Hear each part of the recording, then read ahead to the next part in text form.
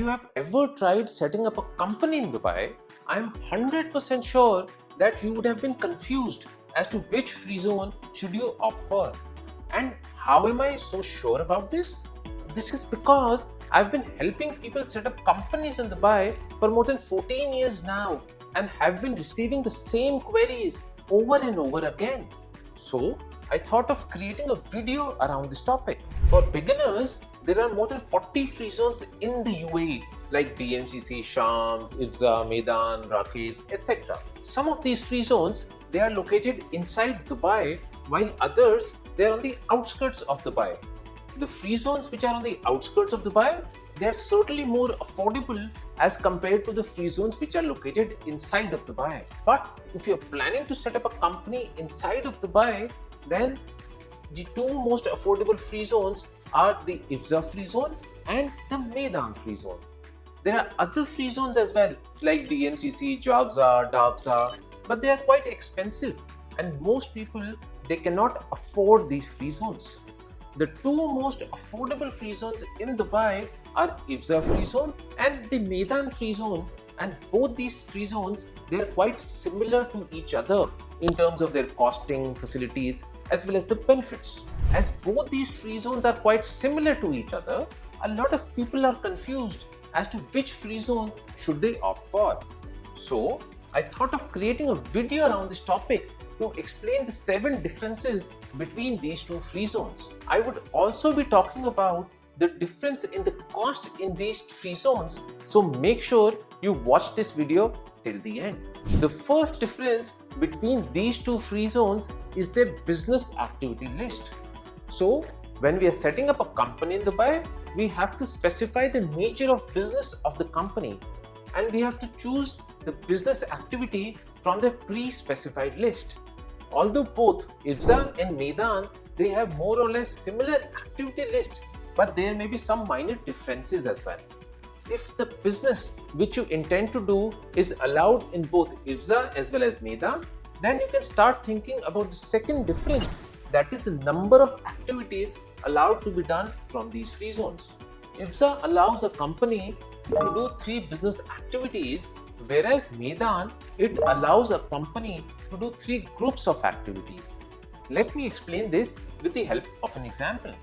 Say for example, you are doing the following type of businesses, that is wholesale of consumer electronics, wholesale of household goods and wholesale of bicycles. Now Ifza will consider these as 3 different business activities, whereas Meydan will consider this as one group only.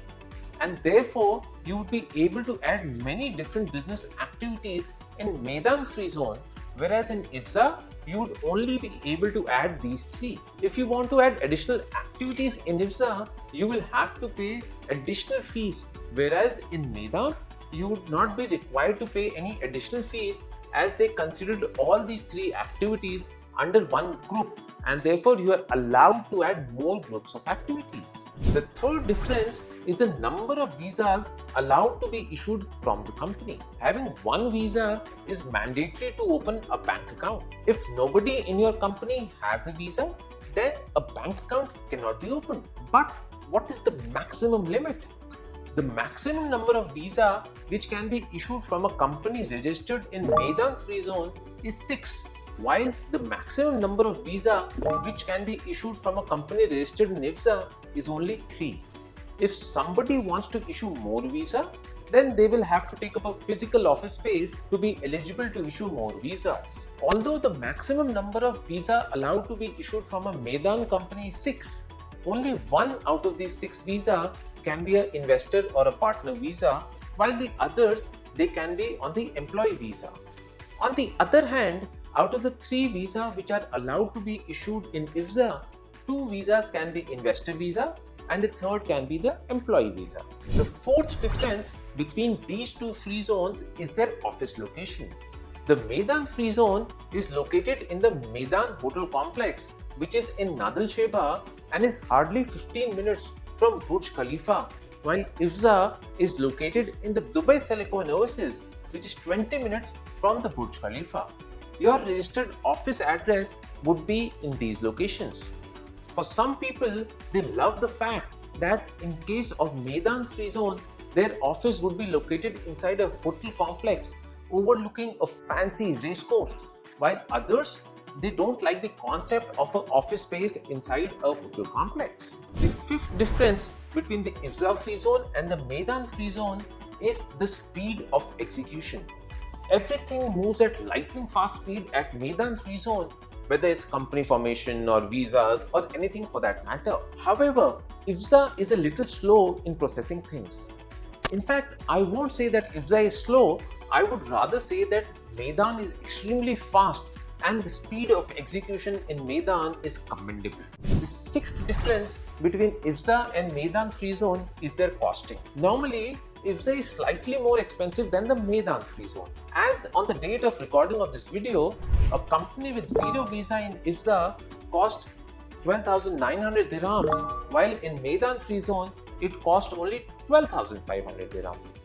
And if you're looking for a company with one visa, then you will have to pay around 20,600 to Ifza, but only 19,800 to Meydan. On top of this would be a medical test and biometrics. So 400 dirhams for the medical and another 400 for the biometrics, and this is payable in both the scenarios. So if we add this up, the total cost of a company in Meydan Freezone with one visa is lesser than the total cost of a company set up in Ifza with one visa. Both these free zones would be charging slightly extra for the investor visa in case you intend to opt for one. The seventh difference is that Ifza has certain hidden charges as well, whereas the charges in Meydan are very transparent. To give you some context, Ifza charges a 2.25% service fees if the payment is being made through a debit card or a credit card, but Meydan, it does not charge any such fees. Similarly, if you're making some changes to the company, say changing the company name or changing the business activities or changing the shareholders, the charges in Ifza are slightly higher than the charges in Meydan. But then, which one should you opt for? Should you opt for Ifza? Should you opt for Meydan? See, if the above mentioned differences does not matter to you, you should ideally opt for the cheaper one, that is the Meydan Freezone. However, sometimes what happens is that Ifza Freezone is running a limited period offer wherein they are giving you one visa as free for life. As a result of this promotion, during some months, Ifza works out to be cheaper. Is there any specific month when Ifza comes up with these promotions? No, there is no set pattern and they come with such promotions randomly. Although this promotion is rare, but Ifza does come out with this promotion. If this promotion is running in the month in which you are planning to set up a company, then you should certainly go ahead and set up a company in Ifza Freezone before the promotion ends. Plus, another important point to note is that this visa is a lifetime free visa, which basically means Ifza will not charge you on the renewal of visa as well. However, if this promotion is not running when you're planning to set up your company, you should prefer to opt for the Meydan Freezone, that is the cheaper one. In terms of taxation, tax is levied in a similar manner for both the free zones.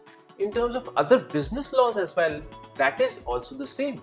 With respect to the ease of opening a bank account as well, that is also the same for both Meydan Freezone as well as Ifza Freezone. There is no other major difference in these free zones apart from the ones discussed in this video. If you still have any queries regarding setting up a company in Dubai, feel free to reach out to me through the link given in the description below.